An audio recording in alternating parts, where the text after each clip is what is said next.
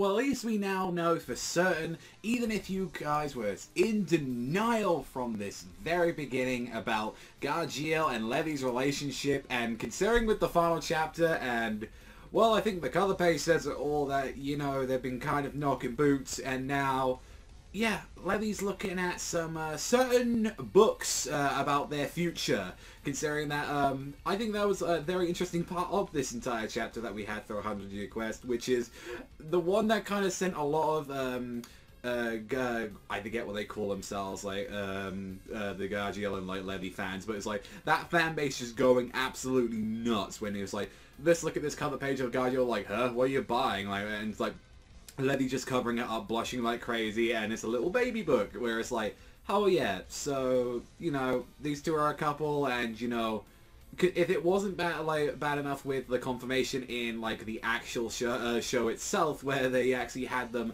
sleeping together in the same bed, and, you know, pretty much overall confirming at the end last chapter that, you know, something about babies, and I think, yeah, she might be a bit pregnant, just saying.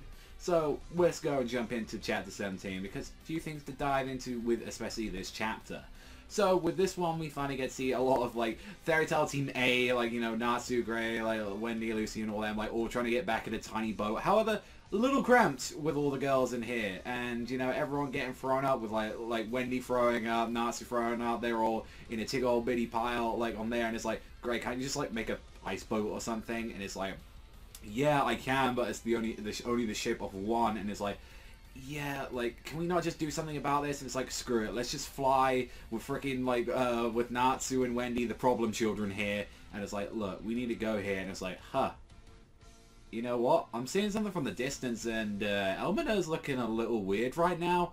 Oh, the entire city is under attack, or is being blown up, and I was like, what is going on right now? And it was like, they go and blast in, there's just war exploding everywhere, and it's like, what is going on? Like, Natsu in the group there, and the water dragon god on there, like, has completely, like, utterly just awakened himself, and it was like, what is going on right now? It's like, he's there in his full form, which, yeah, guess what he took inspiration from on there. It's like, clearly this is a lot more, like, his ancient mythos is kind of going something of, like, Leviathan, which, you know, is one of the, you know, the big ol' end-alls of, like, water dragons that you think of when you go around there. And it's like, but one thing they even noticed about and they even said is that, like, A, he is bigger than Igneal was, like, the sheer size and power of him. And I was like, what is going on? It's like, we need to, like, okay, we need to full on evacuate everyone. We don't, like, they're not going to be able to fully deal with this situation just yet until they evacuate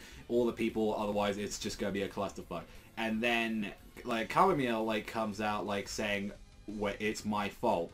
It's all my fault that I did this to him. And it was like, wait, so what did you just do to him then? It was like, and immediately they're talking about, like, oh, the tides are increasing, and it was like, they're going around saying, like, I can't even control my powers anymore, and it's just like, you know, at the end of the day, I just wanted to have a normal life, but it's like, the next time, like, Elsetia's mages are gonna come here, it's like, maybe I should just honestly just sacrifice my life, maybe I should just take it away, and it's like, Camille's like, no, you can't do that, like, you can't resolve it with just death and all that, and it's like, but maybe this power could end up hurting, like, you as well, like, and I can't do that. It's just like, Camille, like, showing, like, her affection towards him, it's like, I don't mind, I owe my life to you, my life is permanently something that you, like, you have in the clutches of your hand, and it's like, and immediately he's like, and if I take that back, like, saving you would have been in vain. It's just like, and I would lose my reason for living.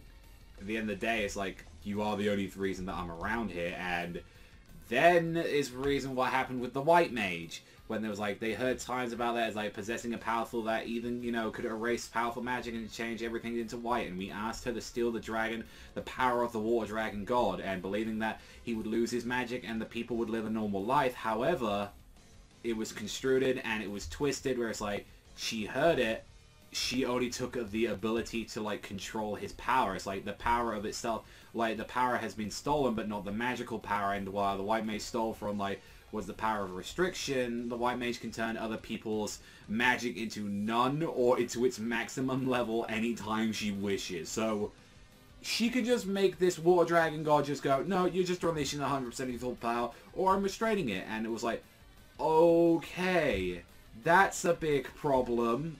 Where they're like immediately addressing this, whereas like Camille at the very end with like the War Dragon God and all that, it's just like she's like crying her eyes out, and it's just like, we can, like, what do you mean? Like, so is it being controlled by the, you know, the White Mage or something? And it was just like, Camille's like, please, you gotta put him to rest.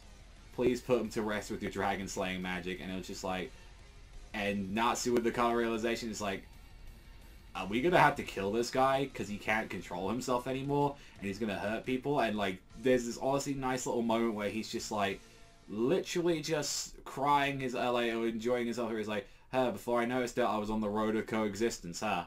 And immediately it's just like, how the fact that they're going to be even trying to screw up, because this is the thing where it's like, we're talking now about finally addressing one of the big things of this entire arc, which has been built up since like first chapter of like these dragon gods, where these are something that on, you know, Grail, that they're on the same level as Igneal. They're on, like, they've even discussed that they're on levels of their Acnologia. Like, they're the end-all be-all threat.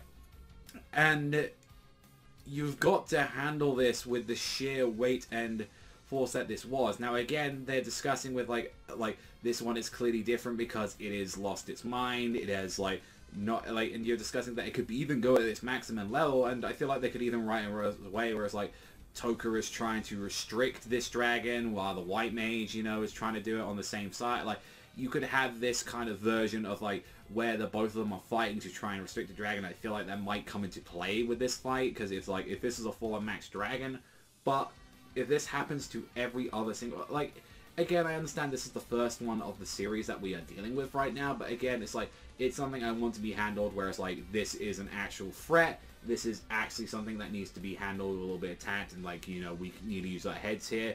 And they are talking about whether or not to killing this thing. Now, we know Fairy Tail with how it is with killing things. It normally isn't a thing that they handle very well.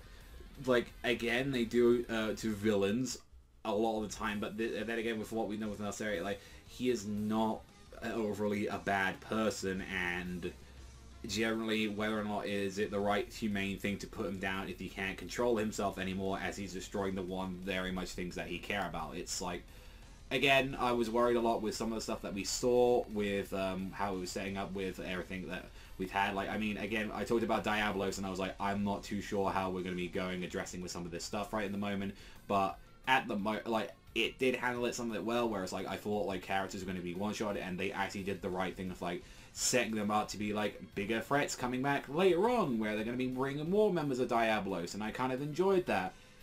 Now, when we go back to like Gajeel's group with Fairy Tail Team B, where we're back there with like Juvia, Levy, like on there, Panther Lily, Jalal, like on there, is immediately where it's like they bind her up, and it's like, are you, which Toka are you right now? It's like, are you normal Toka or are you White Mage? And it was like, we need to know right now and all that, and it's just like, she discusses where it's like, meanwhile, the normal Toka actually did want to meet Natsu, but there's someone else too. And it's like, I literally heard that you had an expert of enchanting with you, and it's like, I guess you mean Wendy then. Like, see, the enchantment is like, I heard that she could use a separation enchantment, and it's like, please, I need someone to take, like, my body's been taken over by the White Mage itself. With separation, my body could be actually separated from her. Please, just do something with that. And it's just like, and immediately that's when the White Mage comes back in without even, like, just, she gets up, breaking the chain. It was just like, alright then.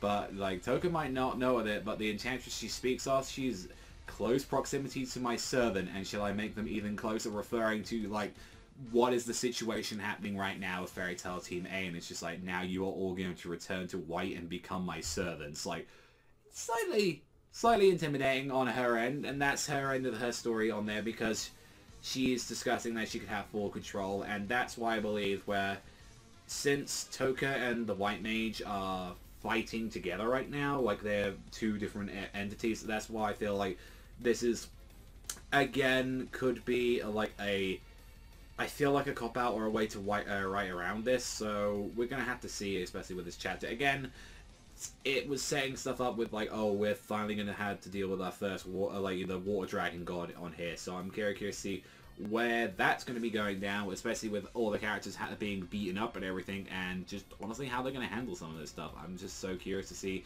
where we're going to be down the line in the future of this series. But I'm very curious to see what you guys think in the comments down below. That is all from me. Thank you as always for watching, and I'll see you guys though next time.